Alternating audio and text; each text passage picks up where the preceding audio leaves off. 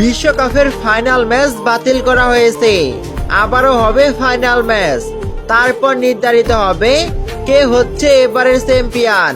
Social media থেকে আমরা জানতে পেরেছি আগামী 28 তারিখে হবে আর্জেন্টিনা ও স্পেনের মধ্যে আবারও ফাইনাল ম্যাচ।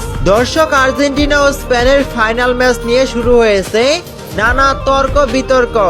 কেউ বলছে ফিফার কারণে হেরেছে আর্জেন্টিনা, আবার কেউ বলছে এর পেছনে ডোনাল্ড ট্রাম্প দায়ী। ড্রেসিং রুমে সেই ভিডিওটা ভাইরাল হবার পর অনেকেই বলাবলি করছে ড্রেসিং রুমে মেসিদের সাথে কিছু একটা হয়েছিল, যার কারণে আর্জেন্টিনাকে হারতে হয়েছে। এমন সব তর্ক বিতর্কের কারণে ফিফা থেকে ঘোষণা এসেছে আবারও খেলতে হবে ফাইনাল ম্যাচ। আগামী 28 তারিখে আর্জেন্টিনা ও স্পেনের আবারও খেলতে হবে।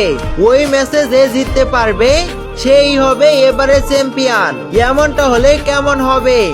অবশ্যই আপনার মতামত কমেন্ট বক্সে জানিয়ে দিবেন। দর্শক, আপনি হয়তো আমার এই প্রতিবেদনটা দেখার আগেই সোশ্যাল মিডিয়া বা অন্য কারো থেকে এই কথাগুলোকে শুনেছেন যে আগামী 28 তারিখে আবারও ফাইনাল খেলা হবে, কিন্তু বাস্তবে এমন কিছুই হচ্ছে না।